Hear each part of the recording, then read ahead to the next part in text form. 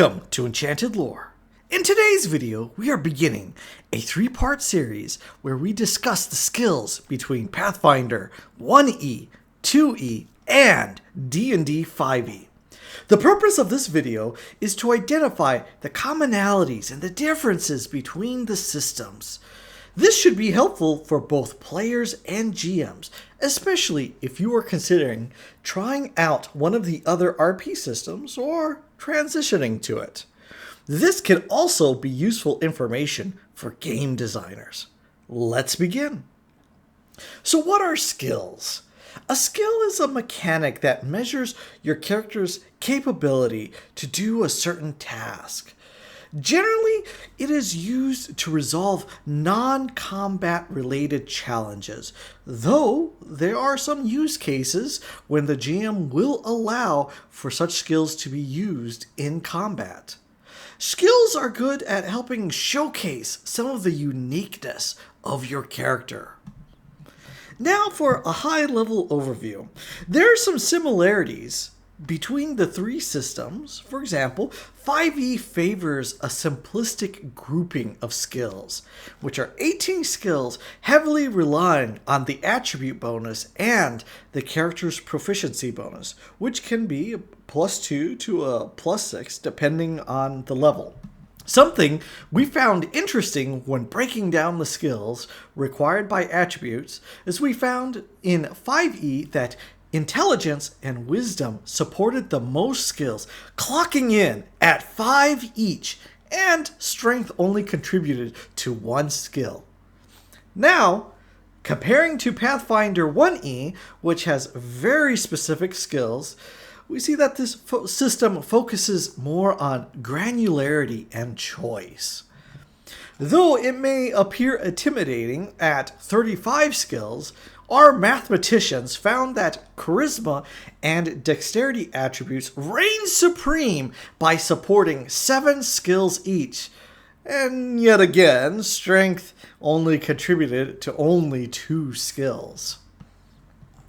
Pathfinder 2E tries to find a middle ground between the two systems, offering a condensed list compared to 1E, but having a different proficiency scaling system. Last but not least, we see that Pathfinder 2E has 17 skills, with once again strength not showing any strength and only supporting 1 skill. But this time we found that intelligence was at the top by supporting 5 skills. However, charisma and wisdom were very close second by supporting 4 skills each. Now let's talk a little bit about the game design and mechanics of these different systems. So in D&D 5e, we see that they have a proficiency bonus that scales automatically at certain level milestones. The bonus will range from a +2 to a +6. Note, there are certain class abilities and feats that gives expertise or other ways to kind of increase your proficiency bonuses. So the question is, how do you get proficiencies? Characters gain skill proficiencies from their class, background, and sometimes from their race. As we can see with this system, ability modifiers heavily influence skill checks.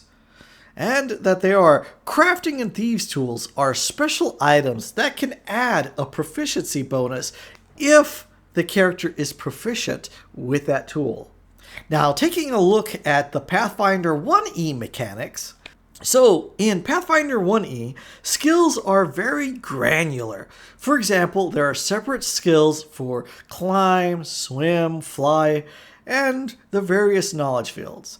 This allows for the character to become very specialized in a skill.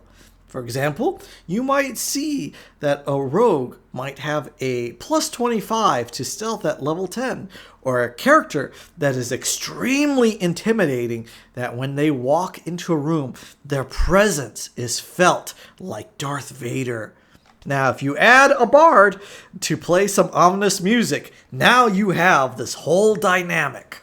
With this system, At every level, you get to assign skill ranks, which depend on your character's class and intelligence. Class-specific skills, or class skills, will give you a +3 bonus when they are trained. Now, in this system, there are certain skills that are trained only. So, if your character has not received training in that skill or points in it, they cannot use it. Now let's take a look at Pathfinder 2E's mechanics.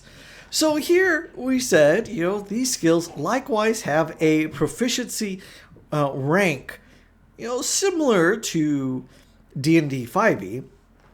Where we see some differences is how far it scales. So you can have where your proficiency rank is untrained, so you only get a +0. If you are trained, you get a +2, and expert +4, master +6, and legendary at +8. The other thing is you also add your level to trained skills, so giving you an additional bonus. Then you also gain skill feats every other level, which allows for different interactions and abilities tied to those skills. We hope that you found this overview of the skills to be useful. Next week, we will discuss how to convert these skills across the 3 different systems. That's it for today, and thank you for watching.